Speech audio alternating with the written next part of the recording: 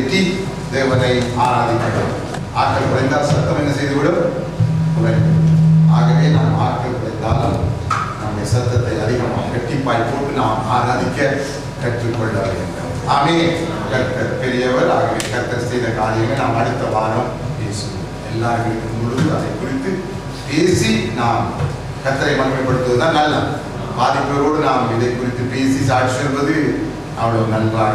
ஆகவே நாம் அடுத்த வாரம் அதை குறித்து தேவன் செய்த காரியங்களை சபை நடுவில் பேசி நாம் கர்த்தரை அதற்காக மகிமைப்படுத்துவோம். என்றால் இந்த வாரம் பாதிப்பேர் இல்லை, சத்தத்துல பாதி இல்லை.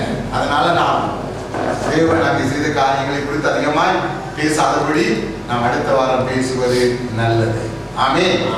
அடுத்த வாரம் நாம் அதை குறித்து பேசி தேவனை மகிமைப்படுத்தி நாம் தேவனுடைய ஆசீர்வாதத்துக்கு நேராக கடந்து செல்வோம். இந்த வாரம் நாம் கர்த்தருடைய வார்த்தைக்கு நேராக திரும்புவோம். ஆகவே கர்த்தருடைய வார்த்தைக்காக நாம் வாசித்த அந்த ரோமர் 8:1 மீண்டுமாய் வாசித்து கேட்போம். ரோமர் 8:1. ஆனபடியால் கிறிஸ்து இயேசுவுக்கு உட்பட்டவர்களாக இருந்து மாம்சத்தின்படி நடவாமல் ஆவியின்படி நடக்கிறவர்களுக்கு ஆக்கினை தீர்ப்பில்லை. ஆமென். ஆனபடியால் கிறிஸ்து இயேசுவுக்கு உட்பட்டவர்களாக இருந்து மாம்சத்தின்படி நடவாமல் ஆவியின்படியே நடக்கிறவர்களுக்கு ஆக்கினை தீர்ப்பு இல்லை என்று சொல்லி நாம் பல தடவை இந்த வசனத்தை பார்த்திருக்கிறோம். ஆகவே தேவன் இந்த வசனத்தை நம்முடைய இந்த நாளில் ஞாபகப்படுத்தி தன்னுடைய வார்த்தை நமக்கு சொல்ல காரணம், இயேசு கிறிஸ்துவுக்கு உட்பட்டவர்களுக்கு கூட என்ன உண்டு? நியாயத்தீர்ப்பு உண்டு என்பதை நாம் ஒரு நாளும் மறக்க கூடாது. இயேசு கிறிஸ்துவுக்கு நான் உட்பட்டு விட்டால் அல்லது ஞானஸ்நானம் பெற்று கிறிஸ்தவனாய் மாறிவிட்டால் அல்லது நான் சபையில் இருந்து விட்டால் எனக்கு நியாய தீர்ப்பு இல்லை என்று சொல்லி நாம் ஒரு நாளும் எண்ணிவிட முடியாது. நாம் இயேசு கிறிஸ்துவுக்கு உட்பட்டவர்களாக இருந்தாலும் நாம் மாம்சத்தின்படி வாழ்ந்தால் நமக்கு என்ன நியாய தீர்ப்பு உண்டு. அது எப்படிப்பட்ட நியாய தீர்ப்பா? நரக ஆக்கினைக்கு ஏதுவான அல்லது மரண ஆக்கினைக்கு ஏதுவான, அதாவது நம்முடைய ஆத்மாவை பாதாளத்துக்கு கொண்டு போகக்கூடிய ஒரு நியாய தீர்ப்பு நமக்கு உண்டாகும் என்பதை வேதம் தெளிவாக நமக்கு எடுத்து காட்டுகிறது. ஆக கடந்த வாரத்திலே நாம் அதை குறித்து தியானித்தோம்.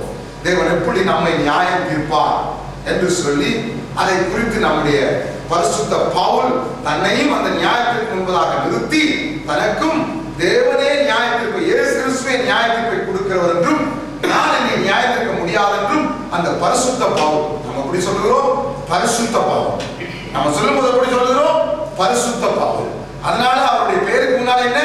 பரிசுத்த பவுல். அதே மாதிரி நாமும் அநேகர் பரிசுத்த என்று சொல்லி நம்முடைய பெயரை வைத்துக் கொள்ளுகிறோம். ஆனால் தேவனே அதை நியாயத்திற்கு செய்வார். ஆகவே இந்த நாளிலே தேவன் மீண்டுமாய் இந்த வசனத்துடாக நம்மோடு இடைப்பட காரணம், அவர் ஞாபகப்படுத்துகிறார். நீங்கள் கிறிஸ்துவுக்கு உட்பட்டவர்களாக இருந்தாலும், நீங்கள் சபைக்கு உட்பட்டவர்களாக இருந்தாலும், நீங்கள் ஞானஸ்நானம் பெற்றவர்களாக இருந்தாலும் உங்களுக்கு நியாயத்திற்கு வருவதற்கு சாத்தியம் உண்டு. ஆனால் வேதம் என்ன சொல்கிறது? நியாயத்திற்கு வரக்கூடாது, ஆனாலும் வரக்கூடிய சாத்தியம் உண்டு என்பதை நமக்கு தெளிவாக இந்த வேத வசனம் எடுத்து காட்டுகிறது. ஆகவே நாம் கிறிஸ்துவுக்கு உட்பட்டவர்களாக இருந்தாலும் கூட நமக்கு என்னென்ன காரணங்களினால் நியாயத்திற்கு உண்டாகும், என்னென்ன கிரியைகளினால் நியாயத்திற்கு உண்டாகும். கிறிஸ்துவுக்கு உட்பட்டவர்களாக இருந்தும் நமக்கு நியாயத்திற்கு வாரத்துக்கு காரணம் என்ன, அதாவது தண்டனைக்கு ஏதுவான தீர்ப்பு நம்முடைய வாழ்க்கையை வாரத்துக்கு காரணம் என்ன என்பதை குறித்து தேவன் ஒரு அதிகாரத்திலேயே 3 காரியத்தை உள்ளடக்கி நம்மோடு பேசியிருக்கிறார். ஆகவே நாம் மத்தேயு 25வது அதிகாரத்துக்குள்ளே வருவோம். மத்தேயு 25வது அதிகாரம். ஒரு அதிகாரத்துக்குள்ளேயே தேவன் நியாயத்திற்கு ஏதுவான 3 காரணங்களை நமக்கு தெளிவாய் எழுதி கொடுத்திருக்கிறார். நம்முடைய ஆண்டவர் நியாயத்திற்கு போகிறவரும் அவர்தான். ஆகவே 3 முக்கியமான காரியங்களை மத்தேயு 25வது அதிகாரத்துக்குள்ளே அவர் எழுதி வைத்திருக்கிறார். அந்த 3 காரியங்களின் முடிவிலும் அவர் சொல்லுகிறார், நியாயத்திற்கு நியாயத்திற்கு நியாயத்திற்கு. இந்த முக்கியமான 3 காரணங்களிலும் சம்பந்தப்பட்டவர்கள் அகப்பட்டவர்கள் யார் தெரியுமா? தேவனுடைய பிள்ளைகள். இந்த 3 காரணங்களை யாருக்கு எழுதுகிறார்? தேவனுடைய பிள்ளைகளுக்கு வரப்போகிற நியாயத்திற்கு, மற்றவர்களுக்கு அல்ல. தெளிவாய் இருக்க வேண்டும். அவிசுவாசிகளுக்கு அல்ல. அதை வேதம் தெளிவாய் சொல்லுகிறது. அவர்கள் நரகத்திலே தீர்ப்படைவார்கள் என்று இந்த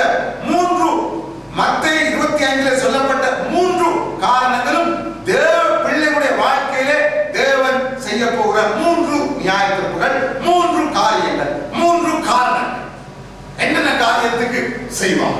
ஆகவே தேவன் வரிசையாய் அதை ஒரு அதிகாரத்தில் அடைத்திருக்கிறார்.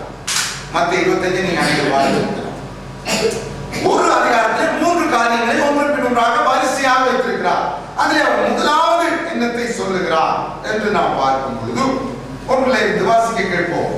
பொழுது பரலோக ராஜ்யம் தங்கள் தீவட்டிகளை குடித்துக் கொண்டு மணவாளனுக்கு எதிர்கொண்டு போக புறப்பட்ட 10 கன்னிகைகளுக்கு ஒப்பாயிருக்கும். அவர்களில் 5 பேர் புத்தியுள்ளவர்கள், 5 பேர் புத்தி இல்லாதவர்களுமாய் இருந்தார்கள்.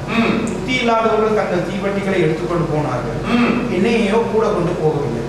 புத்தியுள்ளவர்கள் தங்கள் தீவட்டிகளோடு கூட தங்கள் பாத்திரங்களில் எண்ணெயை கொண்டு போனார்கள். மணவாளன் வர தாமதித்த போது அவர்கள் எல்லாரும் நித்திரை மயக்கம் அடைந்து தூங்கிவிட்டார்கள்.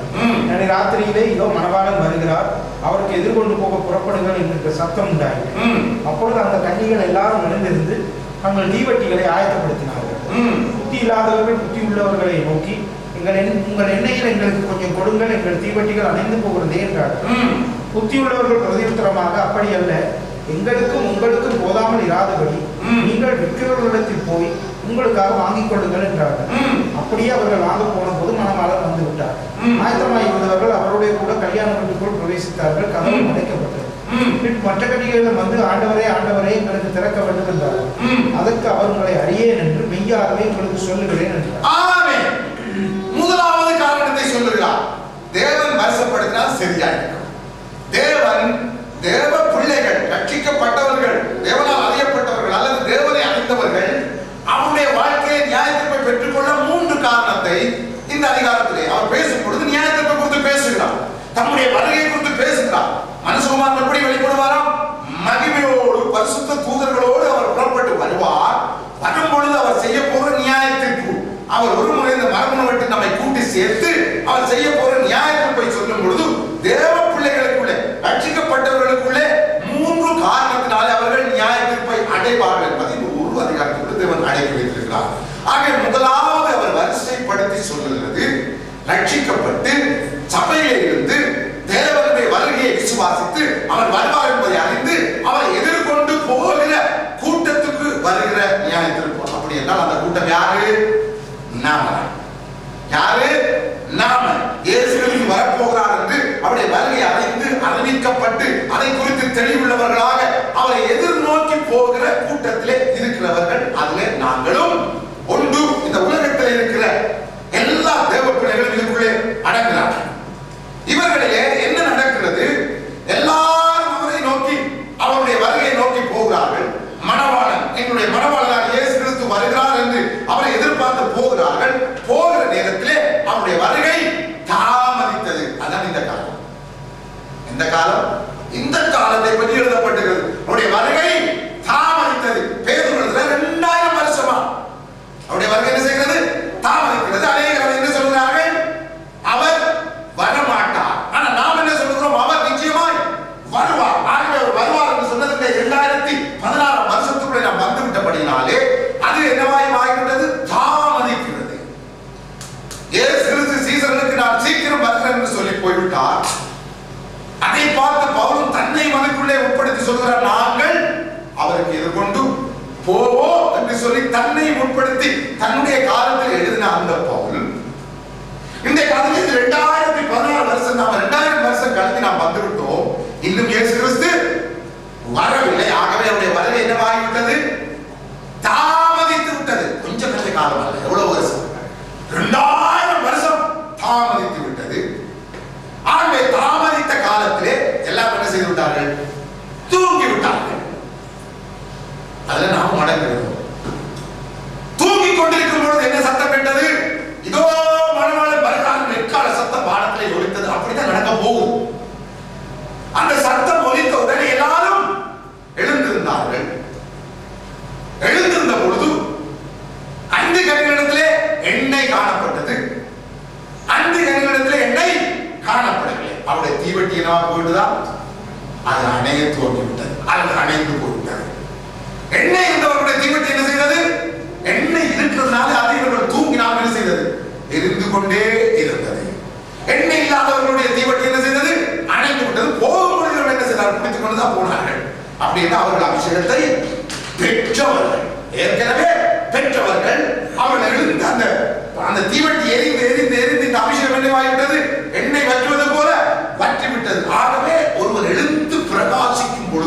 அபிஷேகம் என்ன செய்ய பார்க்கணும், அது யூஸ் பண்ணப்படும், அபிஷேகம் அது பயன்படுத்தப்படும். ஆகவே நான் எரிந்து பிரகாசிக்க நான் என்ன செய்யப்பட வேண்டும், எண்ணெயினால நிரப்பப்பட வேண்டும். நான் பிரகாசிக்க நான் என்ன செய்யப்பட வேண்டும், நிரப்பப்பட வேண்டும். ஏனென்றால் அது பயன்படுத்தப்படும். எப்படி நான் தண்ணியை ஊற்ற கிணறு என்ன செய்ய வேண்டும், ஊற வேண்டும். அதுல மிகவும் கவனமாக இருக்க வேண்டும்.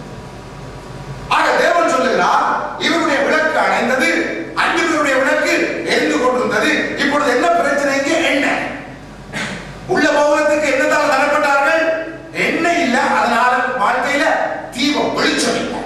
இந்த எண்ணெய் தெரிந்து குறிக்கிறது, இந்த எண்ணெய் பரிசுத்த ஆவியானுடைய அபிஷேகம். அதனாலதான் அபிஷேகம் பண்ணும்போது எந்த பயன்படுத்துறாங்க, எண்ணெய். நம்மை அபிஷேகம் பண்ணும்போது என்ன சார், எண்ணெய் தான் கையிலே தலையில வைத்தார். நேற்று நாளில் என்ன செய்தார்கள், எண்ணெயை சட்டிலே தள்ளி தலையில வைத்தார்கள். அது ஆசீர்வாதத்துக்குரிய ஜெபம்.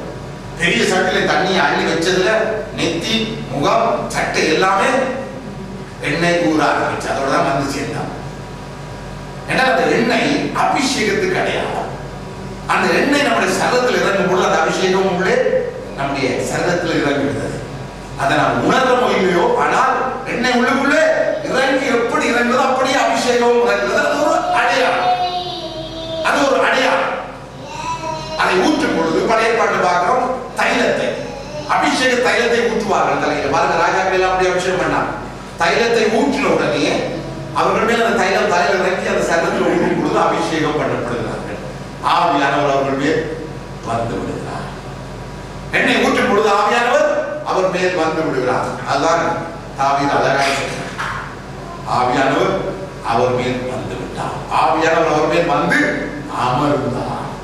யோசிச்சு பாருங்க, எண்ணெய் காரியத்தை யார் அபிஷேகம் பண்ண? தாவீது. சாமுவேல் என்ன செய்தான்?